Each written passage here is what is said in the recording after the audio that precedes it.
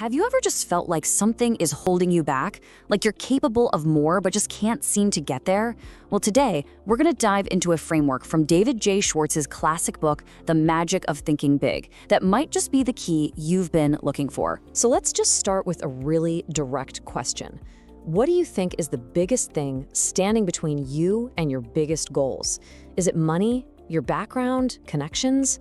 What is it? Well, according to Schwartz, the answer is way simpler, and it's something we actually have control over. The number one thing that limits your potential isn't your talent or your circumstances. Nope, it's the size of your thinking. So let's unpack this central philosophy, right? Schwartz's whole argument is that massive success isn't really about being some kind of genius. It's about everyday people learning to change their mindset and making the choice to think bigger. And this quote, this is the heart of the entire book. It's not just wishful thinking, It's about programming your mind with a clear, powerful belief. Because when you truly believe something is possible, your brain gets to work and starts finding ways to make it happen.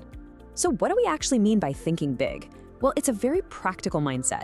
It means you're actively choosing to see the possibilities where other people might just see a dead end. It means learning to tell that inner critic to take a back seat and always looking for ways to grow.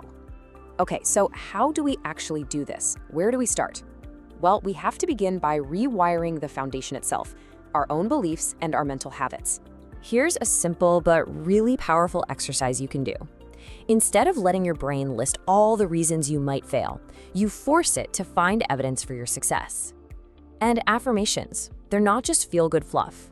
They're a tool to literally reprogram that doubtful story you might be telling yourself. Now, we have to talk about a super common problem that Schwartz calls excusitis. He actually calls it the failure disease, that habit of always finding a reason why something can't be done. The bad news is it's contagious. The good news, it's totally curable. So, what's the cure for this excusitis? It's all about reframing. Just look at the difference here. The excuse is passive, right? But the action statement, it's active. It takes responsibility. That tiny shift in language from "I don't have" to "I will figure it out" is an absolute game changer. Okay, so once you start working on your inner world, it's time to look outward. Because your environment, we're talking people, places, everything, it has a huge impact on the size of your thinking. Thinking big needs a creative spark. You can't just sit around and wait for some brilliant idea to hit you. You've got to make it a habit. Reading widely and hanging out with people who challenge you with new ideas, that's like fertilizer for your brain. This one is so critical. You've probably heard that you're the average of the people you spend the most time with. Well, it's true. If you're surrounded by complainers and small thinkers, it's going to pull you down. So you have to consciously choose to be around positive, ambitious people and set up a physical space that tells your brain, hey, it's time to do great things. Look, all the big thinking in the world doesn't mean a thing without action. This is the final and honestly the most important piece of the entire puzzle, turning that new mindset into actual, tangible results. But action can be scary because action involves risk. Sometimes it involves failure. But the big thinker sees this in a completely different light.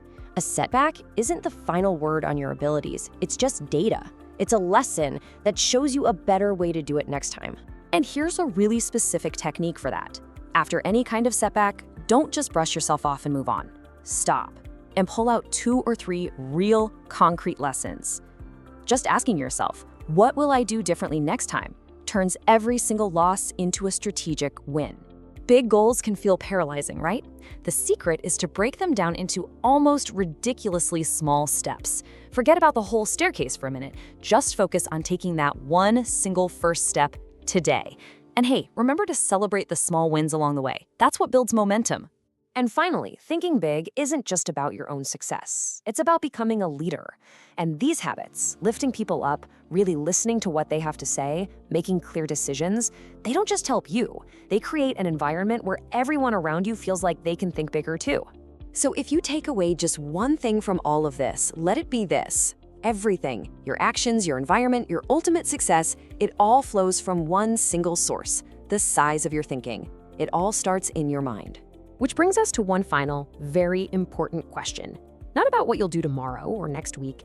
Based on everything we just talked about, what is the first small, bold action that you're going to take today?